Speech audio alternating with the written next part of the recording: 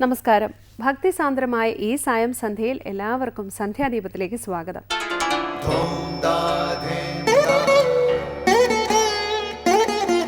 ശുഭം ഭവതു കല്യാണമായുസാരോഗ്യവർദ്ധനം സർവദുഃഖ വിനാശായ സന്ധ്യാദീപം നമോസ്തുതേ. നാമം ജപായനം പുണ്യം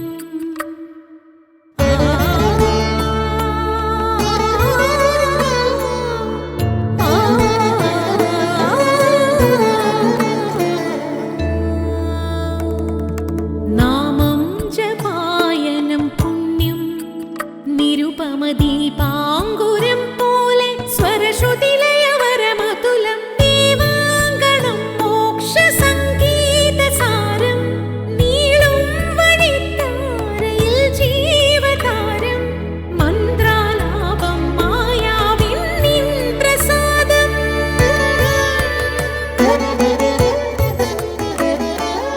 ഇരുൾ നീങ്ങിയുണരുന്ന തെളിനാളദീപം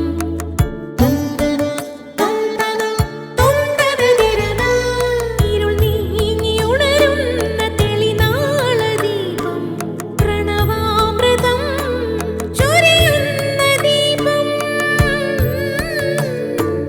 ദീപം ദീപം ദീപം ദീപം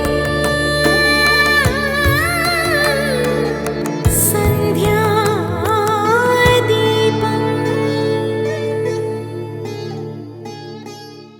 ശ്രീമദ് ഭാഗവതത്തിൽ ഉദ്ധവൻ ഭഗവാനോട് ഉത്തമ ഭക്തി എങ്ങനെ വളർത്തിയെടുക്കാമെന്ന് സംശയം ചോദിക്കുന്ന ഒരു സന്ദർഭമുണ്ട്. അതിന് ഭഗവാൻ നൽകുന്ന ഉത്തരം വളരെ പ്രധാനമാണ്. സത്യം, അഹിംസ, ബ്രഹ്മചര്യം, അപരിഗ്രഹം തുടങ്ങിയ സാത്വിക കർമ്മങ്ങൾ ആചരിക്കുന്നത് ഭക്തി വളരാൻ സഹായിക്കും. സാത്വികങ്ങളായ ആഹാരവിഹാരങ്ങളോടുള്ള താല്പര്യവും ഒരാളിൽ ഭക്തി വളർത്താൻ ഉപകരിക്കും. ശ്രദ്ധയോടെ ഭഗവാന്റെ കഥകൾ കേൾക്കുന്നതും ലജ്ജവിട്ട് ഭഗവത് നാമങ്ങൾ ഉച്ചത്തിൽ ജപിക്കുന്നതും കീർത്തനം, ധ്യാനം, പൂജ, നമസ്കാരം തുടങ്ങിയവയും ഒരാളിൽ ഭക്തിഭാവം വളർത്തും. അഗതികളെയും ആർത്തന്മാരെയും ഈശ്വര മനസ്സോടെ സേവിക്കുന്നതും ഭക്തിഭാവം ഉണർത്തും. ശരീരവും വാക്കും മനസ്സും സമ്പത്തും എന്ന് വേണ്ട തൻ്റേതായ എല്ലാം ഈശ്വരനിൽ അർപ്പിച്ച് മനസ്സിൻ്റെ ഭാരം ഒഴിവാക്കുന്നതും ഭക്തി വളരാൻ ഉപകരിക്കും. അനുഷ്ഠാനങ്ങൾ കൊണ്ടും ആചരണങ്ങൾ കൊണ്ടും ഒരാളിൽ ഭക്തി വളരാം. ഇതിലെല്ലാം ഉപരി സജ്ജനങ്ങളുമായുള്ള നിരന്തര സമ്പർക്കം കൊണ്ട് മനസ്സിൽ ഭക്തി ശക്തിപ്പെടും. തുടർന്ന് ശ്രീ കാവാലം ശ്രീകുമാറിൻ്റെ രാമായണ പാരായണം കേൾക്കാം.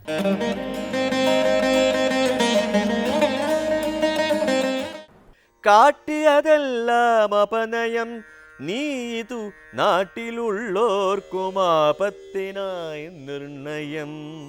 ഞാനിതിനിന്നിനി രാമനെയും മറ്റു വാനരന്മാരെയുമൊക്കെയൊടുക്കുവൻ ജാനകി തന്നെ അനുഭവിച്ചിടു നീ.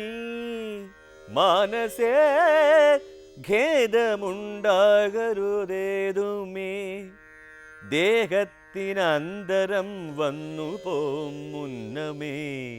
മോഹിച്ചതാഹന്ത സാധിച്ചു കൊള്ളുക നീ. ഇന്ദ്രിയങ്ങൾക്കു വശനാം പുരുഷനു വന്നിടുമാപത്തു നിർണയമോർത്തു കാൺ. ഇന്ദ്രിയ നിഗ്രഹമുള്ള പുരുഷനു വന്നുകൂടും സൗഖ്യങ്ങളൊക്കവേ.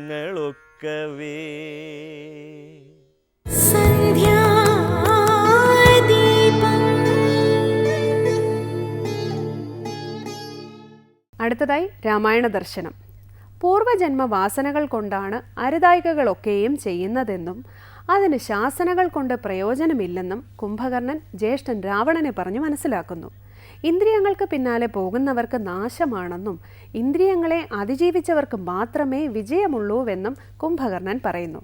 എന്തായാലും ശ്രീരാമനെയും വാനരസേനയെയും താൻ പൊരുതി തോൽപ്പിക്കുമെന്നും സീതയെ പത്നിയായി സ്വീകരിച്ച് ആഗ്രഹം സഫലമാക്കാനും കുംഭകർണൻ രാവണനോട് പറയുന്ന ഭാഗമാണ് ഇന്ന് രാമായണ ദർശനത്തിൽ സ്വാമി ചിദാനന്ദപുരി വർണ്ണിക്കുന്നത്.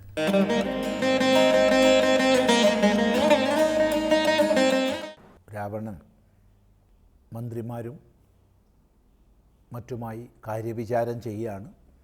കുംഭകർണൻ്റെ വാക്യങ്ങളാണ് നമ്മൾ പഠിച്ചുകൊണ്ടിരിക്കുന്നത്. അധ്യാത്മരാമായണം അനുസരിച്ച് ശ്രീരാമ മഹിമ രാവണനെ ബോധിപ്പിക്കുകയാണ് കുംഭകർണൻ ചെയ്യുന്നത്. സീത ഹേതുവായിട്ട് നീ വലിയ അപകടത്തിലാണ് പെടാൻ പോകുന്നത് എന്ന് ഓർമ്മിപ്പിക്കുന്നു. ഇതിനെല്ലാം കാരണം ജന്മാന്തരമായി സ്വരൂപിച്ച വാസനയാണെന്ന് ഓർമ്മിപ്പിക്കുന്നു. നല്ലതല്ലേതും എനിക്കിതെന്നുള്ളതും ഉള്ളിലറിഞ്ഞിരിക്കുന്നതെന്നാകിലും ചെല്ലുമതിങ്കൽ മനസ്സതിൻ കാരണം ചൊല്ലുവൻ മുന്നം കഴിഞ്ഞ ജന്മത്തിലെ വാസന കൊണ്ടതു നീക്കരുതാർക്കുമേ ശാസനയാലും അടങ്ങുകയില്ലത് വിജ്ഞാനമുള്ള ദിവ്യന്മാർക്കു പോലും മറ്റജ്ഞാനികൾക്കോ പറയേണ്ടതില്ലല്ലോ. ബുദ്ധിയിലറിയാം അരുതാത്തതാണെന്ന്. പക്ഷെ അതേ സമയത്ത് ഉള്ളിലടക്കി വെച്ച വാസന ഹേതുവായിട്ട് അതിലേക്ക് മനുഷ്യൻ പ്രവർത്തിപ്പിക്കപ്പെടുകയാണ്. ഹേ രാവണ, ഇതാണ് വിജ്ഞാനികളുടെ പോലും അവസ്ഥ. പിന്നെ മറ്റുള്ളവരുടെ കഥ പറയേണ്ടതുണ്ടോ എന്ന് ചോദിക്കുകയാണ്. ഇവിടെ നമ്മൾ മനസ്സിലാക്കേണ്ടത്, നമ്മളെല്ലാവരും തന്നെ ഈ ലോകത്തിൽ വാസനാപ്രേരിതരായിട്ടാണ് പ്രവർത്തിക്കുന്നത്. ഈ വാസനയോ നമ്മുടെ തന്നെ കർമ്മങ്ങളുടെ ഫലരൂപമായി വന്നതാണ്. ഒന്നുകൂടി വ്യക്തമായി പറഞ്ഞാൽ, നമ്മൾ ഏത് കരണത്തെ കൊണ്ട് ചെയ്യുന്ന കർമ്മത്തിനും അതിനനുസൃതമായ സംസ്കാരം ഉണ്ടാവും. നമ്മൾ എന്തെങ്കിലും ഒന്ന് ചിന്തിച്ചാലും എന്തെങ്കിലും ഒന്ന് പറഞ്ഞാലും എന്തെങ്കിലും ഒന്ന് ചെയ്താലും എല്ലാത്തിനും അതിൻ്റെതായ സംസ്കാരം അതത് സമയത്ത് നമ്മുടെ സൂക്ഷ്മ ശരീരത്തിൽ, ചിത്തത്തിൽ ശേഖരിക്കപ്പെടുന്നുണ്ട്. ഈ ചിത്തത്തിൽ ശേഖരിക്കപ്പെടുന്ന സംസ്കാരമാണ് ക്രമേണ വാസനയായിട്ട് രൂപപ്പെടുന്നത്. ഓരോ കർമാചരണത്തിനനുസരിച്ച് സംസ്കാരം വർദ്ധിച്ച് വരും. അതിനനുസൃതമായി വാസന രൂപപ്പെടും. ഇങ്ങനെ രൂപപ്പെട്ട വാസന നമ്മളെ അതിനനുസൃതമായി പ്രവർത്തിക്കാൻ വീണ്ടും വീണ്ടും പ്രേരിപ്പിക്കും. ഈ പ്രേരണയ്ക്ക് വഴിപ്പെട്ടിട്ടാണ് നമ്മളെല്ലാം പ്രവർത്തിക്കുന്നത്. പലപ്പോഴും നമ്മൾ പറയാറില്ലേ, വേണ്ടാന്ന് വിചാരിച്ചിരുന്നു എന്നിട്ടും ചെയ്തു പോയി, അല്ലെങ്കിൽ വേണ്ടാന്ന് വിചാരിച്ചിരുന്നു എന്നിട്ടും പറഞ്ഞു പോയി എന്നൊക്കെ. ആരാ നമ്മെക്കൊണ്ട് ചെയ്യിപ്പിക്കുന്നത്? മറ്റാരുമല്ല, നമ്മിലെ വാസനയാണ്.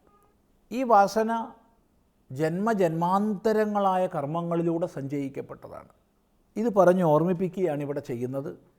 ഹേ രാവണ, നിൻ്റെ ഉള്ളിൽ അടക്കി വെച്ച വാസനയുടെ ഫലമാണ് ഇത്തരം അധാർമികമായ അരുതാത്ത പ്രവൃത്തികൾ. ശാസിച്ചതുകൊണ്ടൊന്നും ഒരു പ്രയോജനവുമില്ല. വിജ്ഞാനമുള്ള ദിവ്യന്മാർക്ക് പോലും വാസനാപ്രേരിതമായി പ്രവർത്തിക്കേണ്ടി വരുന്നു. പിന്നെ മറ്റുള്ളവരുടെ കഥ പറയേണ്ടതുണ്ടോ?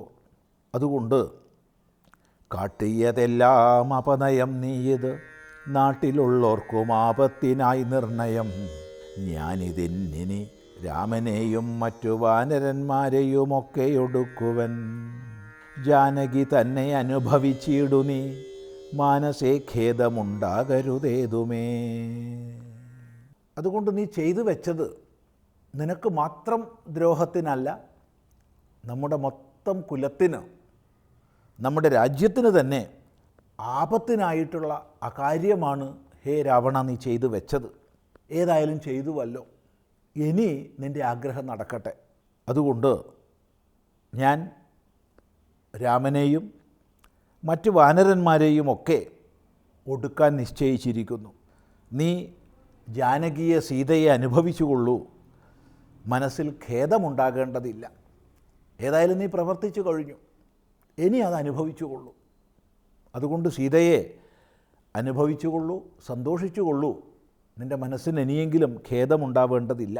ദേഹത്തിനന്തരം വന്നു പോം മുന്നമേ, മോഹിച്ചതാഹന്ത സാധിച്ചു കൊള്ളുക നീ. മരിക്കുന്നതിന് മുമ്പായിട്ട് നിൻ്റെ ആഗ്രഹം പൂർത്തിയാക്കിക്കൊള്ളൂ. ഇപ്പോൾ രാവണനെ സംബന്ധിച്ച് ആഗ്രഹം എന്നുള്ളത് സീതയെ പ്രാപിക്കുക എന്നുള്ളതാണ്, സീതയെ പത്നിയാക്കി തീർക്കുക എന്നുള്ളതാണ്.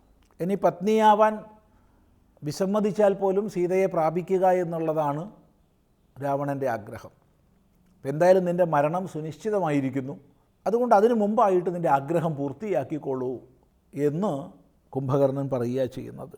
ഇന്ദ്രിയങ്ങൾക്കു വശനാം പുരുഷനു വന്നിടുമാപത്തു നിർണയമോർത്തുകാൺ. ഇന്ദ്രിയ നിഗ്രഹമുള്ള പുരുഷനു വന്നുകൂടും നിജ സൗഖ്യങ്ങളൊക്കവേ. ഇന്ദ്രിയങ്ങൾക്ക് വശകനായ മനുഷ്യൻ, താത്പര്യം ഇന്ദ്രിയങ്ങൾ പ്രേരിപ്പിക്കുന്ന പ്രകാരം പ്രവർത്തിക്കുന്ന മനുഷ്യൻ, കണ്ടതിൻ്റെ പിന്നാലെ കേട്ടതിൻ്റെ പിന്നാലെ ഇങ്ങനെ വിവിധ വിഷയങ്ങളുടെ പിന്നാലെ നെട്ടോട്ടമോടുന്ന മനുഷ്യന് നിശ്ചയമായും ആപത്ത് വന്നു ചേരും. എന്നാൽ ആരാണോ തൻ്റെ ഇന്ദ്രിയങ്ങളെ പൂർണ്ണമായി നിയന്ത്രിക്കുന്നത് അയാൾക്ക് ജീവിതത്തിൽ എല്ലാ സൗഖ്യവും വന്നുകൂടും എന്ന് പറഞ്ഞ് രാവണനെ ബോധിപ്പിക്കുകയാണ് കുംഭകർണൻ ചെയ്യുന്നത്. തുടർന്ന് നമുക്ക് അടുത്ത പ്രാവശ്യം ശ്രദ്ധിക്കാം. അടുത്തതായി ദീപാരാധനയാണ്. ക്ഷേത്ര സന്നിധിയിലെത്തി മംഗളാരതി തൊഴുത് ഇന്നത്തേക്ക് മടങ്ങാം. എല്ലാവർക്കും നമസ്കാരം.